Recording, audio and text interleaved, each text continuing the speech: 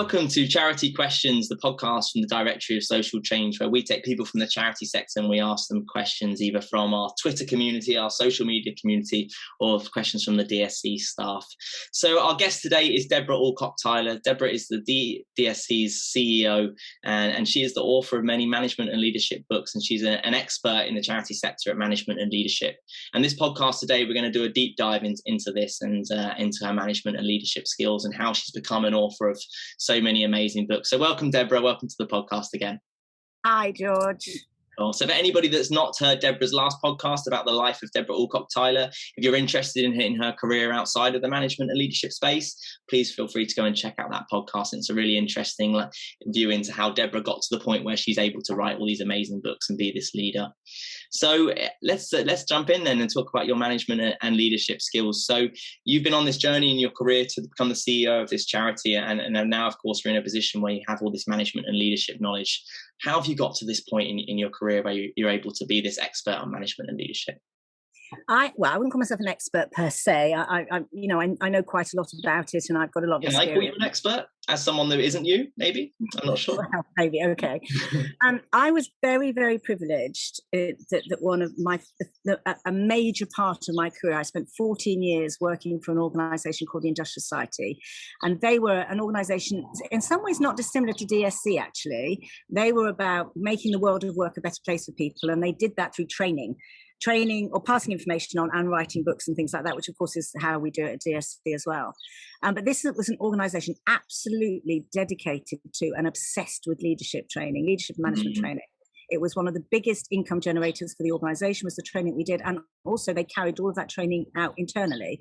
So my very first job I became a manager when I was, team leader, we would have called it in those days, when I was 21. And the very first thing that happened when I got promoted in the Industrial Society was I got sent away on a leadership training program to learn how to be a leader. So it started, so I was just inculcated, and you got the training over and over and over. I mean, you could not survive in the Industrial Society. You couldn't get a couple of months without being sent away on some course to learn how to be a better leader. So it was trained into me. When people ask me about, natural abilities for leadership, I'm like, I'm not really sure. You can be born naturally bossy, which I was, according to my mother, but leadership is absolutely something you can learn how to do. There may well be some natural leaders in the world, but I'm not convinced. I think most of the time you've got to learn how to do it. I agree. Even the stuff around transformational leadership and how you speak and stuff like that. It's a bit like when people say, oh, I'm not very good at public speaking. It's, because I'm shy. That was just a behavior. It's like you would shout at a child who was abusing a toddler, wouldn't you? So you're perfectly able of raising your voice, in those sorts of circumstances. So people say, like, I'm not really naturally a leader. It's like, well, nobody is. You learn how to do it. Yeah.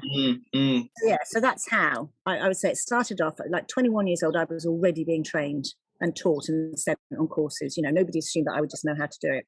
Absolutely. And have you also delivered training in the past as well for managers and leaders? I absolutely have. I've done, for years I was a management leadership trainer. And also I was part of a research team that researched into management leadership, and I had to attend lectures and speeches by, leaders and things like that. So yeah, it was certainly for that 14 years at the Industrial Society, it was full of learning how to be a leader and about leadership, and also practicing it, because I was a leader and a manager myself for most of that time. Yeah. And what did you enjoy about that training? Delivering that training, that side? I don't really enjoy delivering training very much, if I'm honest, George. I was pretty good at it because I was taught well how to do it. But I do like what, of course, is hugely valuable about it is the fact that at the end of it, hopefully, you've opened a new way of thinking in somebody's mind about how something can be done differently. It's never for me about turning out people doing the same kind of thing. It's like you're basically giving someone a tool to make them better at their job, which means they're going to make the environment better for the people with whom they're working, and that those people are therefore going to be better able to achieve the objective of the organisation. So for me, the value is really about that. Absolutely. Is that the more people are learning, the better they're going to be at whatever it is that they do. But yeah, in terms of training, I never really enjoyed being a trainer, if I'm honest. Fair enough. Go on. I was going to say, I'm surprised you said that, actually. I'm surprised. I didn't think that would be what you'd say. I don't really enjoy public speaking, George. True. I do a lot of it, and I'm pretty good at it, I think, but it doesn't mean I enjoy it, I think this sums it up perfectly when you say that you can learn things, and maybe from your perspective, it sounds like the anxiety might still be there for that, but you've learned to be great at it. and then compartmentalize that. Does that sound fair? Yeah, absolutely. I mean, people seeing me give speeches or running sessions or anything like that would never for a minute know that I feel sick and ill and sweaty before I start on a conversation or start a speech or I always feel super anxious about how I'm going to come across, are people going to hate me and stuff.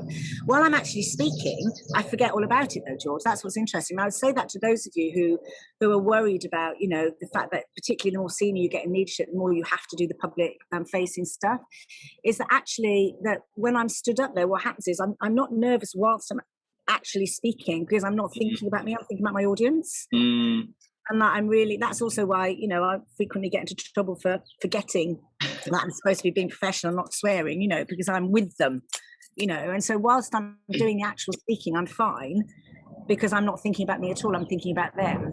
But then when I get to the end of whatever speech or session I'm doing, I then get all the sweats come back when I'm, oh my God, did they think I was terrible? Do they think I'm awful? Because, I'm human and vain like everybody else is. I want everybody to think I'm awesome all the time, and they don't, And we always grow the most from the constructive feedback, but I tell you what, I want the positive stuff more. Absolutely.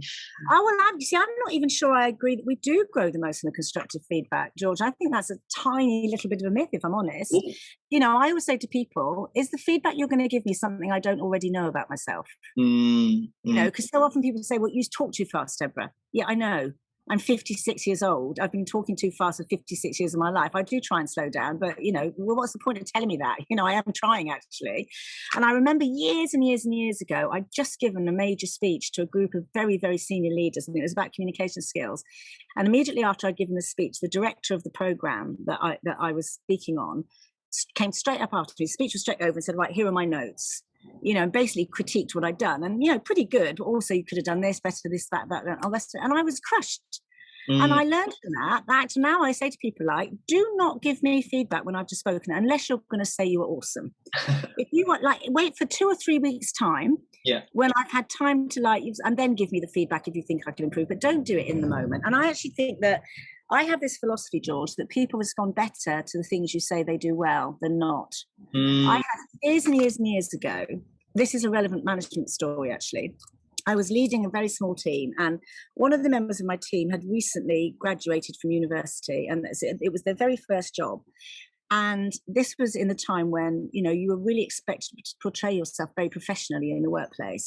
And this particular individual didn't. She was lovely, but she always looked a bit scruffy and a bit unkempt and a bit, tatty. And my boss kept saying to me all the time, you've got to do something about this individual's, dress sense and blah, blah, blah. And it was really difficult for me to say, you don't look great. Can you sort yourself out? But anyway, one particular day she came in, she bought a new dress, and for various different reasons she wore it to work, and she looked amazing. And so we all said to her, you look fantastic in that dress. That's absolutely gorgeous. She then went away and bought the same dress in several different colours, and then her actual behaviour, how she dressed, completely transformed. And I learned such a valuable lesson, George. If I'd said to her, you don't dress appropriately for the workplace, you need to sort it out, that's a negative thing. That doesn't make her feel good, it doesn't inspire her. But because she got such a fuss made of her when she got it right, which I didn't do deliberately, it was true, she did look really great, and I wasn't being manipulative actually at the time. But because that's the response we had, that made her feel really good. So she wanted to carry on doing that. She wanted to keep getting that feedback. You look amazing. You look great. You look fantastic. And so she completely transformed the way she, performed, professionally, how she presented herself. And so my experience has been that most of the time, if you catch people doing something right and make a big fuss about that, they will want to do that thing right more often. I agree. Yeah, completely. And I feel like I can see that in my own life. I remember starting to go to the gym and someone would say, oh, your arms are bigger. And you think, I'm going to go to the gym even harder now next week. Yeah, and actually, exactly. It's so fascinating. Yeah. You catch more flies with honey than with vinegar, my grandmother used to say. It's like negative feedback tends to, and also negative feedback is so subjective. It's like it's your opinion. So I prefer to find, as you know, George, the philosophy is catch people doing something right. I like that. And really build on that. Yeah. I like that. So you've built these philosophies into a series of books now, and DSC published 4 of these. So what made you think, what, I'm a manager, I'm a leader, I train, I have these skills, I'm a public speaker, but I'm going to put pen to paper now and really get this kind of ideas into a book format? What made you want to take that step? Honestly, it's because you hear lots of people saying, I don't have the time to come on a course, or I don't have a time to, or I don't have the money to attend a program. And it's like, you shouldn't be denied access to thinking and learning. And people can buy a book. Books are not particularly expensive. Most people can find the money to buy them, or they can borrow them if they can't buy them. Sure. So that's really why. It's because I wanted to reach all those people who said, well, I can't attend a training course, or, also the other thing is a book is quite a clever way, because you can buy someone a gift of a book. Yeah. Whereas buying someone the gift of a training course, you're basically saying you're a really shit manager, you need to go on this course. Whereas buying someone a book is a kind of different proposition. It is. Oh, you might be really interested in this book, George, about, whatever the thing happens is. So, yeah, but that's why really. It wasn't so much, it was about the fact that how do I reach people who are going to make excuses about why they can't come on training programs and things like that. And, one of those is to buy a book. I think you're right. It is about reach, isn't it? And having that responsibility to put that information in another format for people who maybe prefer to learn it in another way. Could you quickly just talk about the 4 books that DSC have published? Just mention each one by name. Yeah, the very first one is in its second print edition that I wrote, and that's called It's Tough at the Top, and it's aimed specifically at chief execs of voluntary organisations. And that's very much about, it's useful for you as a senior leader as well, because lots of the messages are very broad. And there are some similarities, between senior leadership and chief exec leadership, although there are some big differences as well in terms of the loneliness, And that went down a storm. That's done really well. It's still in print. We did a reprint. I can't remember, George. Was it this year, last year, the year before last? In fact, it was not last year, but the year before. We did a reprint. Yeah. That was very swiftly followed by another book called The Pleasure and the Pain, and that was because I really wanted to talk to normal people about how to be part of a team. Because one of the problems you have as a chief executive is that how do you get your teams to be cooperative with each other and nice to each other and work well together? So I wrote this book called Pleasure and the Pain, which is for people, staff, they're useful at all levels, but that's very much about, are you a good team member? How do you get on with your workmates? How do you shine in the workplace? How do you build a proper relationship with your boss? So very much for, the sort of the non-leader worker, although it's still useful for leaders. Absolutely. That was then followed by a book for the next level down, which is sort of middle to senior managers, and that's called It's Murder in Management. And that's very much aimed where you're not the totally accountable one, where you're the one who gets dumped on from above and pushed at and moaned at from below and probably, criticised from the sideways. Like, how do you deal? That's the one I read. Yes, George. So how do you deal with it when you're that level of management, when you don't necessarily have massive control over the strategic direction of the organisation, but you've got to implement it. Yeah. So that's what that one was for. And then the board one had been brewing for years, actually. I actually started thinking about it when I was chair at the Small Charities Coalition, and we merged with the Charity Trustees Network. And all of a sudden, we were getting all this information from trustees about how much they hated being a trustee, actually, how challenging, how difficult they found it, which surprised me. And so I started doing some research. So I reached out to them. I said, come on, tell me your stories. I want to write about this. I want to learn. And I got hundreds, I'm not kidding, George, hundreds of stories about how they experienced being a trustee. They always cared about the cause, and much to my surprise, most of the challenges, I thought they'd be moaning about the chief executive or whatever, but most of the challenges were with themselves. Yeah. They finding the relationship building within the board was the chair wasn't any good, or they didn't like this particular trustee, or such and such behaved really inappropriately. And also stuff like, finance directors having affairs with treasurers, and all the kind of human life that goes on as well in these things. And so I collected all these stories, and that started to form some of my thinking. Also, having been reporting to a board, obviously, which I've done for many years, and then sitting on boards as well, I thought, well, I've got some understanding here. And what I'd noticed with Battle on the Board was that, most trust charities, when they get into trouble, it's not really because they failed at the technical side of being a trustee.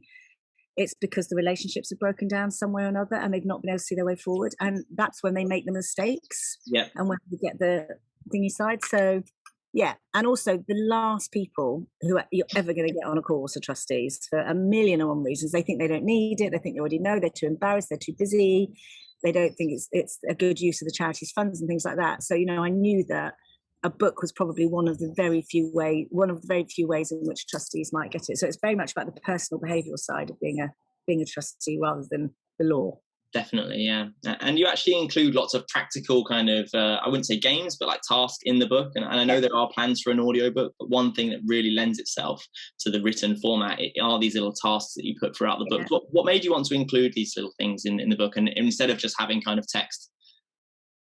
Well, because you've got to find different ways to get people's attention, basically, George. It's like you tell a story. For example, people love checklists and ticking things and like scoring themselves and marking themselves on a scale. So you litter, what you do with things like that, because that keeps the interest going, and also it gets people to think. Yeah. It's like when people have to think about, well, am I any good at communicating with other people? Then that starts you thinking about, are you any good at communicating with people, because you have to score yourself. So yeah, that's really why it's about finding as many different ways as possible of engaging people's attention. Perfect. And you mentioned you learned a lot of this for the Industrial Society. Of course, you did a lot of training there. I'm sure you learned on the job and from mentors and things like that. But where were these skills mainly learned, do you think, other than those areas? Is there any kind of specific mentor that played a role in your success? Well, not particularly a mentor. I mean, I do have, women who I massively admire have been amazing mentors for me. But actually, I had so I've suffered from mental health problems for all my life, but they were, or certainly from sort of mid-teens onwards, but they were undiagnosed for years. Okay. So I didn't actually know I had a mental health issue. I just thought I just wasn't a very nice, capable, competent person, really. Anyway, it culminated with having a massive breakdown in my 30s, which involved me being off work for a long period of time. I had to have therapy twice a week. I wasn't allowed to live on my own. I had to be supervised. It was a really strange time. Okay. Anyway, but because I'm publicly such a positive, enthusiastic person, which I was before I had the breakdown, nobody, including me, could really understand how somebody who was like a go-getting, positive, take it on the chin, move on sort of person could actually get such a mess. So once I'd recovered from that first breakdown, I've had one or two since, but nothing as bad as that very first one. I wanted to understand what happened, so I decided to do a degree in psychology. Okay. So I did a degree with the OU over 6 years, where I was trying to, although interesting actually, I ended up being less interested in psychotherapy and stuff like that.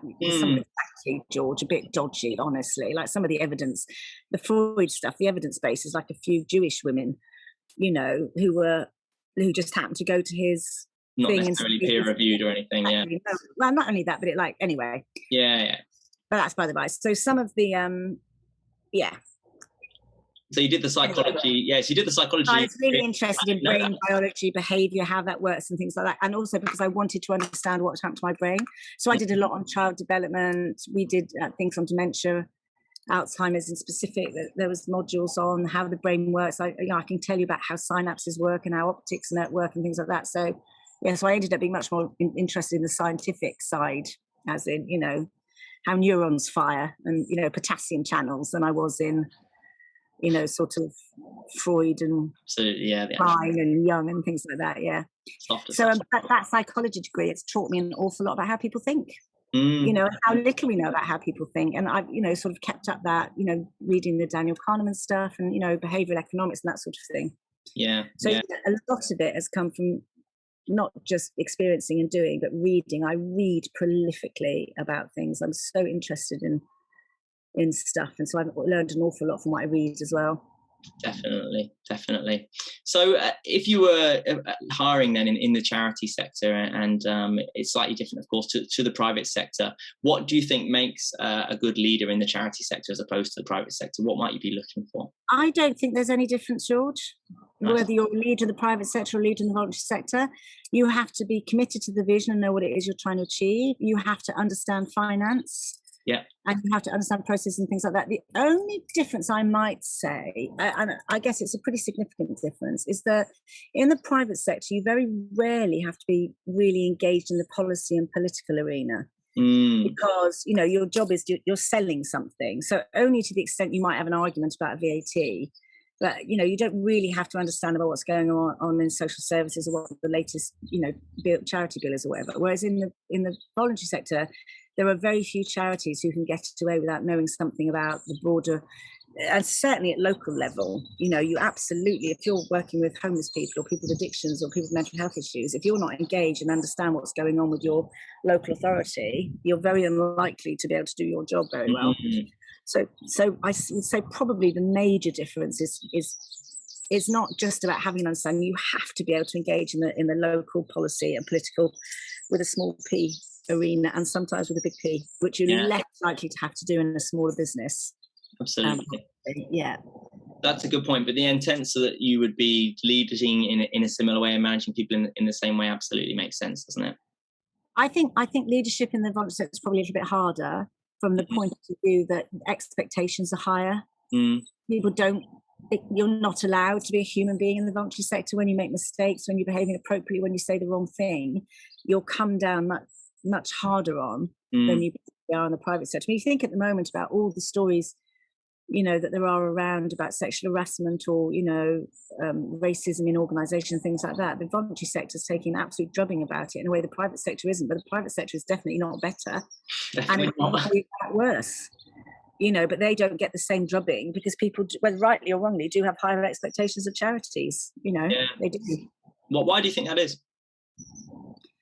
I think it's because charities are perceived to be there to help other people, and that we want to believe that those people who are helping other people are not greedy, selfish, and backstabbing.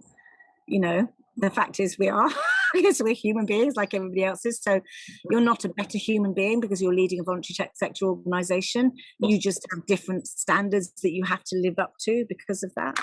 Yeah. So, yeah. So you built a team at DSC over time, and of course people leave, and one thing you always say is that nobody's bigger than DSC, and we've lost people that of course are hard to replace, but they always are replaced. And you do nurture talent, and I think the one thing I noticed when I joined is that there are a number of people that have been here over 20 years, which I don't see anywhere else, and I've worked in FTSE 100s with long histories where that is not the case, and the people are in and out and the faces change all the time. So you're really, what I could say, you're great at nurturing talent, and I felt that personally. But when you are looking to kind of nurture talent, what are you looking for from people? What stands out to you? Attitude, yeah. Always attitude, because I can teach you the skills, I can give you the experience. It's a bit like when you became a trainer, George. Yeah. You know, you weren't experienced in that field at all. Absolutely. You know, and so you didn't get given that job because you were an experienced and qualified trainer. You got given the job because your attitude was absolutely bang to rights. Is that your enthusiasm, your ability to learn, you're wanting to get things right, you're wanting to be able to deliver, your the way in which you engage with other human beings. All of those things were what made me say, let's give this chap this opportunity to learn this new skill. You know, so for me, it's always about attitude. If you're enthusiastic and positive and can do and let me help and how can I sort it? And to be honest, that's how you get on in any organisation, actually, not just DSC and not just the charitable sector. Yeah. Any other reasons why people might stay at DSC for so long? Yeah. You'd have to ask them, really. I mean, we have natural turnover, you know, so our researchers don't tend to stay as long overall, but that's because it's a slightly low paid job and it's, you know, perhaps less room for growth really in those. But I think people stay because they like the work that we do. They feel that what we do matters. We remind them of that all the time. So I think that even on the most dull and boring, repetitive of days when you've got to, like, I don't know, fill in an expenses form or do something deadly dull, I think our staff stay really connected to the purpose behind it. So I think people feel very engaged by the work that we do. I think we try to create an atmosphere where we're all adults. You know, we're all in this together. Like, I'm not better than any of you. I just have a different job. You know, but it doesn't mean that I can do your job better than you could do your job, you know. Absolutely. So we just have this culture at DSC is that we're all in it together. So we are going to tell you the truth 99.9% of the time. Sometimes we can't, but that will be because we've been told we can't, or because, you know, something's a personal, as in PERSONAL matter rather than a general personnel matter. But so we treat people as adults. We know you're consulted. We listen to what you have to say. We don't always do what, you know, you all want, and we don't always take decisions that the staff always agree with, but they're always, as you know, George, involved and have a chance to have their say, and we feed back. If we didn't do things the way you wanted us to do it, we tell you why we didn't do it that way, you know. So I think people like that feeling of being treated like an adult, like we're you know, family maybe is a bit too strong a word, but, you know, we're like a bunch of close. We have a lot. Yeah, exactly. Family must be it's a family feel, should we say? Yeah, it is. It's like, yeah. So and I'm careful because it makes me laugh because, even though I always say, like, look, I don't care about the staff, I care about the beneficiaries. If you don't like it, tough, and yet, of course, I do. I love the staff, but we don't have, it's funny, isn't it, George? We do have this thing at DSC is like, we don't put our staff first ever. We put our beneficiaries, the charities that we serve first always, but somehow staff still feel loved and cared for. But this is it. We are helping you to help others, and we do talk about that a lot. Another one that I think personally drives me is the fact we're self-financing, and that gives us so much kind of encouragement to struggle sometimes, actually, in terms of the fact we don't go out and seek grants. And that's one of our strategic objectives. And what role do you think that the strategic objectives and the vision play in kind of management of people in an organisation? Well, people perform well when they think what they're doing is important and it matters. So, you can't be lazy about these things. It's like, the fact that you're banking checks in the accounts department doesn't mean that you're not helping to make the world a better place. And you need to make that, you need to make that connection for people between the work that they do and what it is they're trying to do. So they play a massively important role. Not least, you need to know what it is you're there to do. But the fact is, people want, in my experience, nobody wants to be bored or fed up or pissed off at work. Most people want to love their work and to be proud about it and to speak about it. Yeah. And actually, it's not that hard to make people feel proud about it when you tell them of the impact of what they do. Absolutely. So, from nothing else, it's just the fact that people feel good about the work.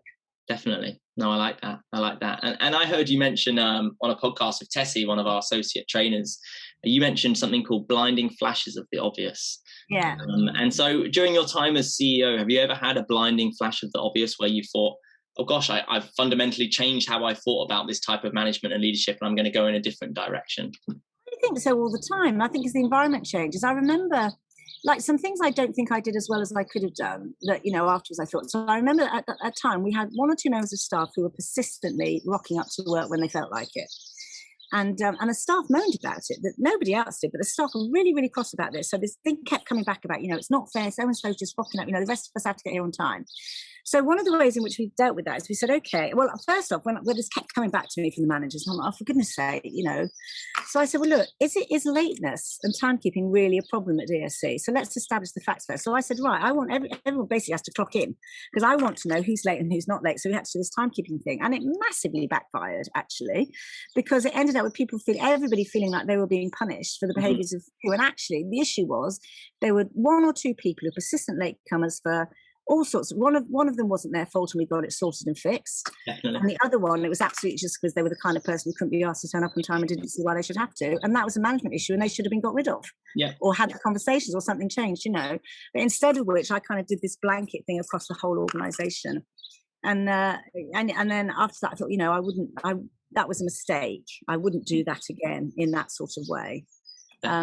Although, it did make the point, I think. But yeah, I wouldn't do that in that sort of way again. So there have been small things rather than big things. I'm lucky enough to have been so well trained in my early years that most of the massive mistakes I made around leadership, I've probably made in my early times, though I've made loads of mistakes at DSC. There are people, there was one time years ago when an individual was bullied horribly by another team member, but the team member was a favourite of the director at the time.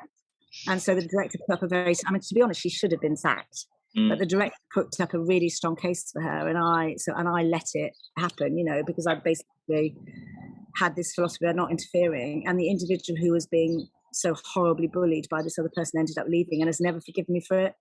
And I don't blame her. She was absolutely right to be angry with me because I really, really mishandled that so badly. I was too much giving one individual the benefit of the doubt anyway. So there have been things like that, George, if I'm honest. And there have been some people that I've sacked that I regret sacking. Yeah. I look back now and I think I wished I'd handled that differently. So no kind of single epiphany like I used to do a thing this way and now I do it that way, but more like moments, when I look back and I feel that myself, and I've had to let people go myself, and I carry that as a guilt, actually, almost.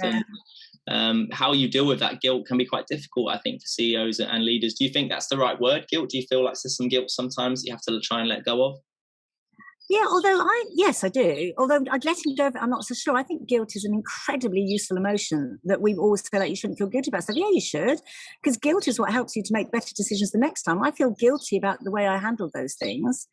and I don't let it like weigh me down, but nonetheless I do feel guilt, and that means that I will make sure I never do it that way again. So I think we have this thing that guilt and shame are negative things. I'm like, no, they're only negative if you allow them to rule your life to such an extent you can't move on. But if you use that guilt to power you to make better decisions, then keep the guilt. So I hope I never lose the guilt over those things, actually. Yeah. Don't let it go. Just don't let it weigh you down. Yeah, exactly. Use it to make sure you make better decisions in the future.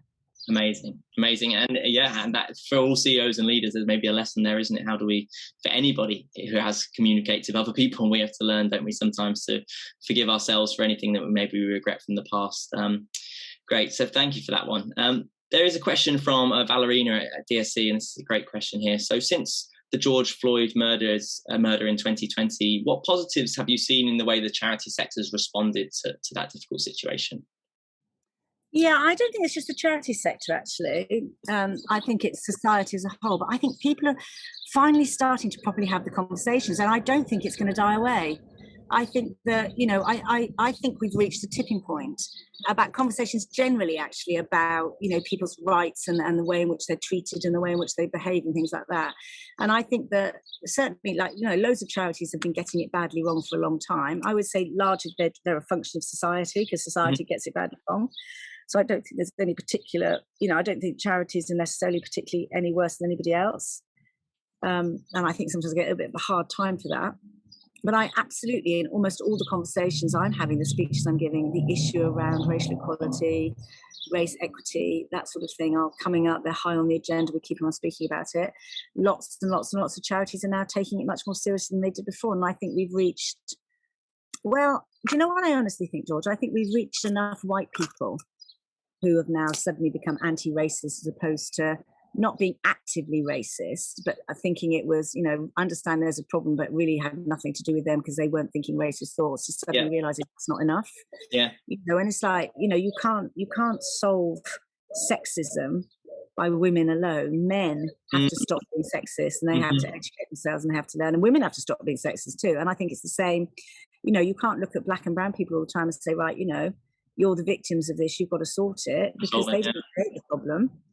But I genuinely think enough white people now have properly realised, and want to do something about it.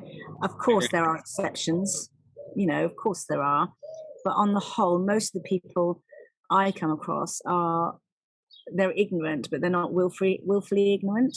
And it's also, you've got to speak to people about, saying to them, look, you're not responsible for the horrors of the past, but you are responsible for now.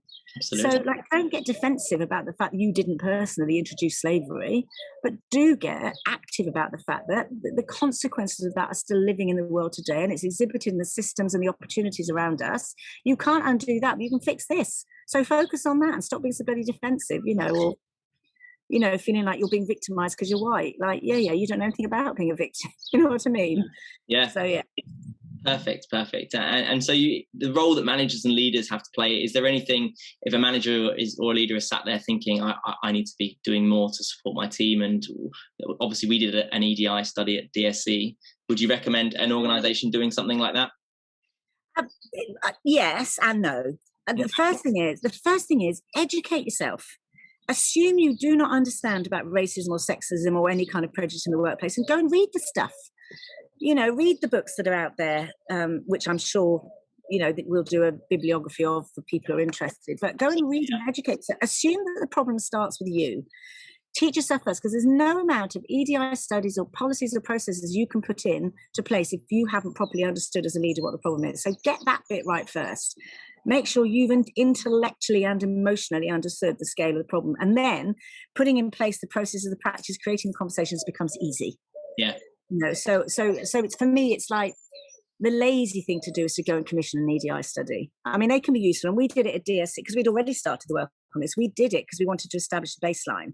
Yeah. We wanted to see what's it like now, so we knew what it was that we'd have to change. I mean, we were lucky. I don't know, is it luck? Is it hard work? But of course, we came out fantastically. Our staff don't feel that this is a racist or sexist organisation. They don't feel disadvantaged. They don't, the feedback was overwhelmingly positive. I mean, of course, there are some things we could do better, and we will do, and we're doing the training like everybody else does.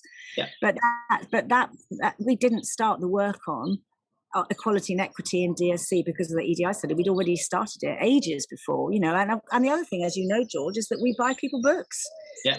We bought every single member of DSC staff a copy of Rennie Edo Lodge's Why I'm No Longer Talking to White People About Race. We bought the managers, White Fragility by Robin DiAngelo, which I know is a controversial tone, but actually we found it really useful, I think, as a management team. Oh, yeah. So we begin conversations about it. So yeah, I think, because also lots of organisations are like, we can't afford to do the studies. Well, then don't. But start with the education, start having conversations. Also, it's really not that difficult. Don't you want to lead an organisation where people feel valued and appreciated and cared for? Yeah. And if you do, take the steps that you need to take in order that that's how people feel. I remember seeing you reading Invisible Women, and I'd seen an article in The Guardian, I think it was, about it, and I said to you, I want to read that, and you went, go and buy that now, and DSC will pay for it. And I wouldn't have read that book if that moment hadn't happened. And I think about that book all the time. And I learned many powerful lessons from Caroline's book there. And that was because you turned to me straight away and were like, DSC will get this. Like, we want you to read this. If you're willing to learn this, we want you to pay for it. And and that always stands out to me as like one of the real benefits, actually, of being in a learning culture like this, where we're challenged to do. Yeah. Yes, because one of the things we absolutely are, we expect people to read in work time. So if we catch you at your desk reading a book, that are books that's teaching you something or learning something, that counts as work, because work is more than just you tapping away at your responding to your emails. So we're very clear about, and also we will pay for people to have the books. We can't always pay for people to go on expensive training programs, but we can always buy people books, and we do. Definitely. And that's it. That's how you build a learning culture, isn't it? And encourage people to have that time to spend learning. So we're coming to the end of a turbulent time in the sector, and maybe turbulent isn't the right word, but of course we've been heavily impacted by furlough. So we're recording this in June 2021 right now. So with the end of furlough potentially kind of being spoken about, how do you think that might impact the working world or the charity sector specifically? Well, I think when furlough comes to an end, an awful lot of organisations are going to have to lose the staff that they were furloughing. I think a lot of people are about to lose their jobs. Okay. And in the charitable sector, what that means is services that will also have to be cut. I think that, I think the furlough scheme has been fantastic and has been hugely helpful, and it's kept organisations going. Although I think for the charitable sectors, it hasn't been very well run, because we basically forced people to not work when they could have been serving more vulnerable people in society. And I think that the purest attitude of the government to this, like, we can't trust organisations or charities or staff not to cheat the system, has been really, really short-sighted. True. No amount of campaigning on our behalf to say, like, don't furlough them, support the salary so that they can still go out and be volunteer outreach workers and, deal with people with disabilities or what have you. So I think that lots and lots and lots of people are suddenly going to be looking for work, unfortunately. Yeah. But that's why one of the things we're going to do at DSC is we're going to rerun, George, the How to Get a Job. Perfect. Yeah, great. We're running those in September, October, so that how you can, differentiate. So because like, we don't care if you're not employed in the sector, if we want to support you. Yeah. One way or the other, and it will be free like the first one was. So so we will be doing things like that. But I think it's going to be really tough. And I think actually the impact of the pandemic is going to be felt in the voluntary sector much, much beyond what's happening now, because while businesses can recover money and recover their investments and, and like pay off bills, you can't recover the lost child. You can't recover the lost service. Is that people will have fallen off the edge during this time who weren't able to be served by charities, and that will get worse as time moves forward. But having said that, the sector's incredible. It's resilient, it's brave, it's bold, it doesn't give up. The bigger the challenges that come across, and the more likely we are to step up and overcome them. So I'm not worried for the sector as a whole, but I do think individual charities and some individuals are going to suffer. Where do you think the sector will be in 5 years? Here, still doing its work. Still, it's like there are always going to be people, causes, creatures in need. Yeah. And there are always going to be groups of people who want to come together and set up a formal structure in order to serve them. So, we'll still be here doing our work. What about saving, DSC? supporting people, helping people. And DSC's role in that, still doing the same? We'll still be here helping you to be the best you can possibly be in order to make the world the best it can possibly be. Definitely. Great. So in terms of people that you're inspired by, I've put CEOs or leaders, but anybody, could be sporting, could be whatever, anybody or it kind of you look up to for management and leadership? Not really, because everybody in different ways. There's no one person I say that person is absolutely amazing. I mean, I could name a list of as many people as you like. I have people who have been really close to me. So there's a woman called Maria Pemberton, who used to be my boss, and then she came to work for DSC and I was her boss, and she's, I would say, one of my closest confidants.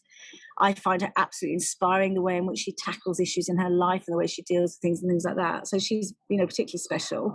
But generally speaking, if you only have one person, because I'm not into hero worship, George, very much. I don't think it's healthy to have hero. I think people get attached to heroes, they fall off their pedestals, or you become blind to their faults. It's about people like Winston Churchill or Gandhi or whatever. These were human beings with faults, and so I don't like to say this one person was. It's much more likely moments. Absolutely. Like observing a particular individual behave in a particular way that has been inspiring to me, rather than necessarily a whole person. Yeah, or a specific trait they maybe have, not their wider life, but absolutely I could learn from that. Great. Yeah. Great. It's nice to share Maria Pemberton there. Yeah, you of course know about her at DSC. So what 3 things then, if somebody wants to be a CEO at either a charity or of course at any organisation, private sector of course, what 3 things, is there 3 things that someone should look to do now in their career to get themselves ready? Take every opportunity to do everything you can, so you get a reputation of being a doer, that you can fill your CV with.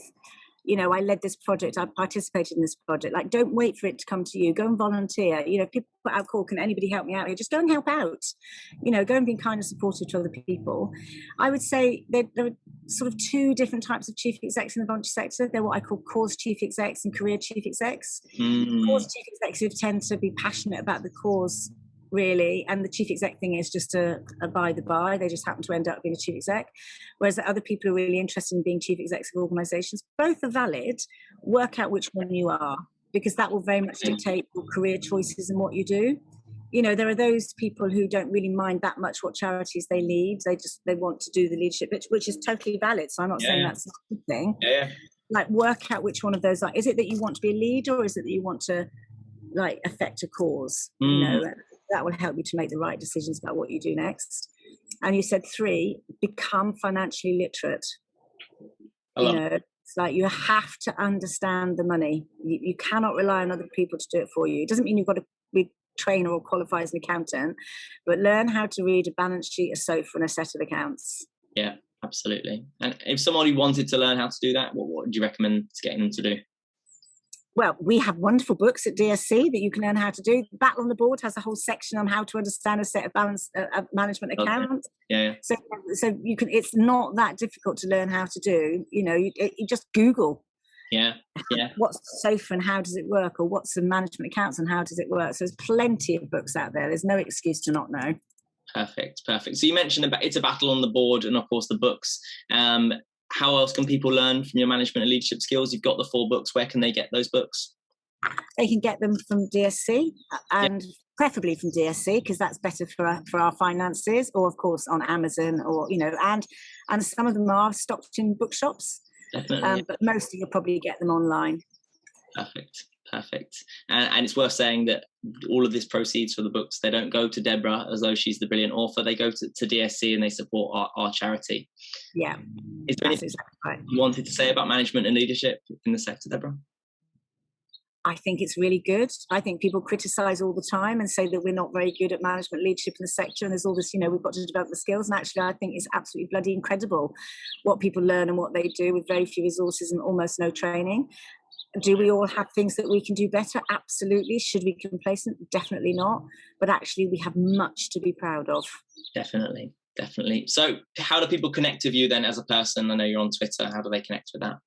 So they can follow me on Twitter at Debra Allcock Tyler, and I'm on Twitter quite a lot. I'm on Instagram, but I very rarely use it because it's pictures and I prefer words.